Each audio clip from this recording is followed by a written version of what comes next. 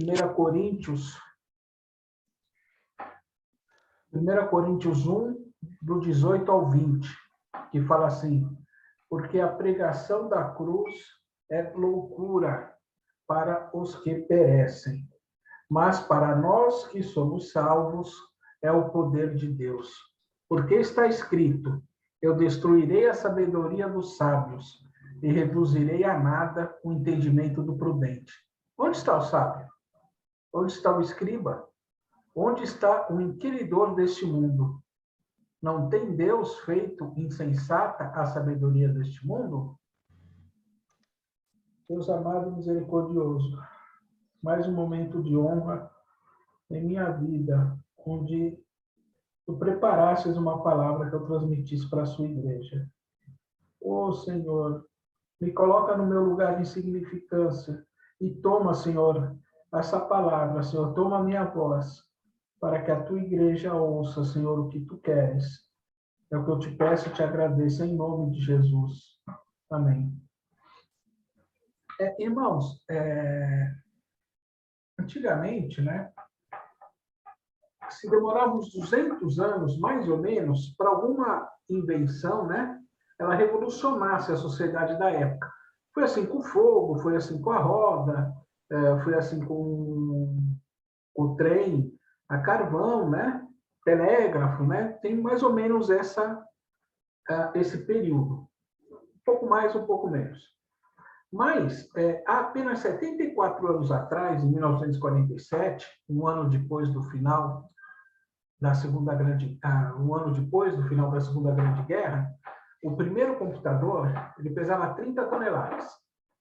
Só para os irmãos terem ideia, hoje o notebook ele pesa menos de 3 quilos, tá? Esse computador ele não tinha memória, ele usava alguns cartões perfurados, né? Que colocavam e iam fazendo. Mais ou menos para os mais antigos que já trabalharam em escritório, mais ou menos como um telex, que era uma máquina que parecia um overlock, né? Estou usando termos bem antigos, né? Se nós formos comparar, hoje um celular de 16 GB é obsoleto. Vai aqui quem é pai e mãe, independente da idade do filho, dá um celular de 8 ou 16 GB para ver se ele não voa na nossa direção de novo, né? E a função que o engenheiro eletrônico tinha naquela época era só de trocar algumas das 18 mil válvulas, né, que porventura viessem a queimar. E mesmo com essas configurações que nós achamos absurdas hoje em dia, ele conseguiu sozinho fazer todos os cálculos matemáticos que tinham sido feitos na história inteira, né? Desde que começou a fazer cálculo até 47, até 1947. Só que de lá para cá, né, e provavelmente bem antes de 2147, que seriam os 200 anos, praticamente todos os humanos, isso já os cientistas falam isso abertamente, né, praticamente todos os humanos terão alguma parte biônica, seja por transplante, né, acabando com as doações. Hoje nós vemos pessoas morrendo porque não tem um fígado para transplantar, não tem um rim, a córnea não, né? Mas às vezes perde uma parte do corpo em algum acidente, né? E quando a gente menos esperar, todas essas peças, elas serão feitas numa impressora 3D, elas serão biônicas, né? Mas só que até aí eu estou falando em questão de acidentes. Mas só que os pais, eles também poderão escolher como que os filhos serão. Vão poder escolher a cor dos olhos, a cor da pele, a altura, o tipo de cabelo, se vai ter alguma habilidade especial, né? Isso, igreja, vai levar para muitos. Só um minuto. Só um minuto. Por favor, mantenham os microfones no mudo, tá, irmãos? Então,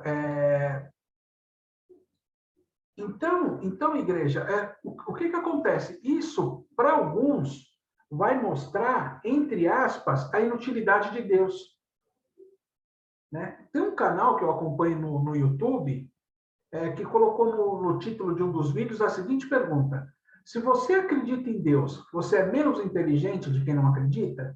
E aí tinha um desenho de um cérebro maior e um cérebro menor, claramente dizendo que quem não acredita é mais inteligente do que quem acredita. Eu nem assisti o vídeo, mas eu lembrei, né, do versículo 21 e 22, nesse mesmo capítulo de 1 Coríntios, que fala assim, o 21, visto que, na sabedoria de Deus, o mundo não conheceu a Deus pela sua sabedoria. Agradou a Deus salvar os que creem pela loucura da pregação, porque os judeus requerem um sinal e os gregos buscam sabedorias. Irmãos, nós temos aqui na nossa comunidade irmãos e irmãs que são professores. E eles sabem melhor do que nós, porque assim, nós acompanhamos poucas pessoas, o crescimento delas, né? O crescimento intelectual. Só acompanhamos filhos, sobrinhos, vizinhos, amigos, né? Mas os professores e quem trabalha com o público em geral, há muito tempo, né? Eles trabalham com pessoas. E eles podem falar melhor do que eu de que forma a informação, e vejam que a informação aqui ela é diferente de conhecimento e de sabedoria. Ela consegue, de algum modo, emburrecer as gerações. E é aí que Deus vai lapidando a sua igreja. Por exemplo, você está lá parado, conversando com alguém, uma terceira pessoa que sabe que você é cristão, chega para você e fala, é o seguinte, não é possível que Jonas tenha ficado 3 dias no corpo de uma baleia e tenha sobrevivido. Porque a barriga de uma baleia é pequena. Aí a gente pode refletir o quê? E falar para essa pessoa. Primeiro, que a Bíblia não fala em baleia, no livro de Jonas. Né? Tem uma passagem lá no livro de Mateus que Jesus fala baleia, mas é uma questão de tradução. Se você for para o grego original, não é bem assim. Então, num debate teologicamente honesto, não é só jogar no ventilador e deixar que nós, que somos cristãos, nos viremos para explicar. Né? Não é jogar algo no ar e sair de fininho, como muitas pessoas, infelizmente, que são intelectualmente desonestas, elas fazem hoje em dia conosco, desejando nos desmoralizar. Pense bem, quando a pessoa ela vem com uma questão dessa, ela estudou alguma coisa em cima disso, ela pode muito bem ter estudado o que é a baleia, ficou na dúvida, às vezes até uma dúvida honesta, tá? Poxa, mas a forma que ela pergunta, entendeu? A forma como ela pergunta pode ser de dúvida ou pode ser de confronto. E a gente, enquanto cristão, nós temos que prestar atenção nesses pequenos detalhes, né? E segunda coisa que quero colocar para os irmãos refletirem, é que quando Deus criou o mundo, em Gênesis, ele disse a Moisés algo bem genérico, né? Moisés, o escritor dos 5 primeiros livros, o Pentateuco. Né? Então, ele disse a Moisés algo mais genérico. Né? Ele dividiu em grandes grupos, não em muitas subdivisões. Né? Se você ler Gênesis de 21 a 25, ele descreve Moisés mais ou menos assim. Toda criatura vivente que se move nas águas e toda ave alada segundo a sua espécie e produza a terra. Criaturas viventes segundo as suas espécies. Gado e seres rastejantes. E animais da terra segundo a sua espécie. Hoje, a gente pode dizer que nós temos 24 mil espécies de peixe, 1.200.000 animais terrestres, só que, segundo alguns cientistas, já existiram 8.700.000 espécies. Né? Agora, você imagina... Agora, vocês imaginam Deus falando isso para Moisés. Imagina Moisés escrevendo tudo isso. 24 mil espécies de peixe. Para quem acha que o livro de Números é pesado, porque vem a genealogia, imagina você ter que ler 24 mil espécies de peixe, nomes. Poxa, se para escrever as tábuas da lei, ele ficou 40 dias e 40 noites, e nesse pouco tempo, o povo já desviou, já fez deuses, já fez festa, entendeu? Imagina se ele ficasse esmiuçando essa quantidade de espécies na Bíblia.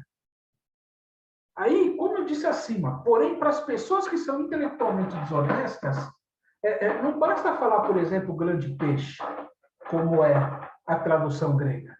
Né? Eles querem te forçar, né? E eles querem provar que você é um incauto, que você não conhece, né? Eles querem que você fale o nome científico, porque essa espécie foi descoberta por eles e desenvolvida de seres mais simples e que foram ficando cada vez mais complexos, né? É um exemplo que eu usei uma vez numa das lives, mas vamos adaptar um pouquinho. Um pouco antes da pandemia, eu fui comprei um Fiat 147, 1986, que foi o último ano que foi feita essa linha. Porque era baratinho, né? Tal, aquele motor de liquidificador, que os homens sabem, você vai acelerando e ele ia levantando assim o vidro da frente. Eu comprei um pouco antes da pandemia, aí veio a pandemia, tudo fechado, você não podia sair, não podia fazer nada, eu fui, tranquei na garagem e deixei. Passado, né? O lockdown agora está diminuindo, as coisas estão abrindo, resolvo abrir a minha garagem para sair com o carro. Na hora que a garagem abre, eu dou de frente com uma Ducato 0 km. Entendeu? Sei, entendeu? E o que a gente deve fazer nesse caso? Ficar quieto? Falar? Eu acho que os versículos 23 a 25, né, ele dá um bom reflexo do que a gente pode fazer. Mas nós pregamos a Cristo crucificado, que é a pedra de tropeço para os judeus e para os gregos loucura. Mas, para os que são chamados, tanto judeus quanto gregos, Cristo é o poder de Deus e a sabedoria de Deus. Porque a loucura de Deus é mais sábia do que os homens, e a fraqueza de Deus é mais forte do que os homens. Eu não sou contra conhecimento, muito pelo contrário. Tá? Eu gosto de ler, eu gosto de assistir, eu gosto de fazer umas perguntas que não tem nada a ver. Eu era o terror do pessoal do treinamento nas empresas que eu passei, entendeu? Mas era conhecimento que eu buscava, eu não fazia perguntas para deixar a pessoa constrangida, entendeu? E outra, a palavra, quando a gente lê, e aí os irmãos que pregam, as irmãs que têm tido a oportunidade de pregar, ou até as irmãs e os irmãos que não pregaram, mas que leem a palavra, se a pessoa lê constantemente o mesmo capítulo, o mesmo livro, ela vai ter uma revelação diferente. Porque a palavra de Deus, como diz em Hebreus 4:12, a palavra de Deus ela é viva, ela é poderosa e é mais afiada que qualquer espada de 2 gumes, penetrando da divisão da alma e do espírito e das juntas e medulas e discerne os pensamentos e intenções do coração. Aí alguém pode falar, poxa, Luciano, mas eu fui colocado numa sinuca de bico, eu não sei responder, entendeu? E pior, o que a pessoa falou me colocou em dúvida. Eu parei, olhei, coloquei a mão no queixo, falei, puta, você tem razão, poxa, você tem razão, eu não sei te responder. Mas eu respondo para você o seguinte, Tiago 1, 5 e 6. Se algum de vós tem falta de sabedoria, peça a Deus que a todos os homens dá liberadamente e sem acepção, e lhe será concedida. Mas, preste atenção nesse versículo, gente, que não é só pedir sabedoria. Peça com fé, não hesitando, porque o que hesita é como a onda do mar, que é levada pelo vento e lançada de uma parte para outra. Eu sempre peço para os irmãos, não acreditem no que eu estou falando. Pega os versículos. Vai ler o livro. Porque talvez Deus possa te dar uma revelação diferente. Às vezes, a resposta que você está procurando não tem nada a ver com o que eu estou falando agora. Porque a palavra de Deus é viva. Ela não é letra morta. A Constituição de um país é uma letra morta. O pessoal escreveu a Constituição e ninguém muda. A Constituição dos Estados Unidos tem 30 emendas, no máximo. Pouquíssimos. E está lá, 200 e poucos anos. Entendeu? Mas aqui, a palavra de Deus, a Bíblia, ela é palavra viva. Se você ler todo dia o mesmo versículo e você pedir sabedoria com fé, todo dia você vai ter uma revelação. Por que irmãos e irmãs mais idosos que não tiveram oportunidade de aprender a ler e a escrever dão um banho de Bíblia? E muitos teólogos, e muitos catedráticos. Porque fez isso em Tiago. pediu e pediu com fé e não hesitou. Nós não podemos hesitar quando nós pedimos sabedoria para Deus, porque isso vai nos ajudar, inclusive, a pegar pessoas, a pegar cientistas, PhDs, doutores.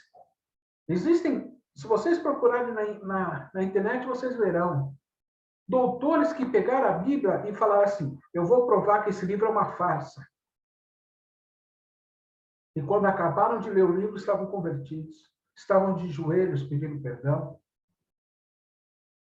Né? E para encerrar, e para me passar para o irmão Ricardo, para encerrarmos, né?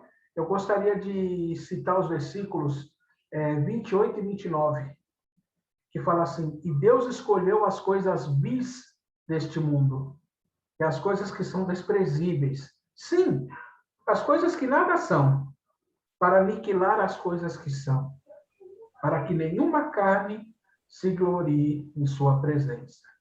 Amém?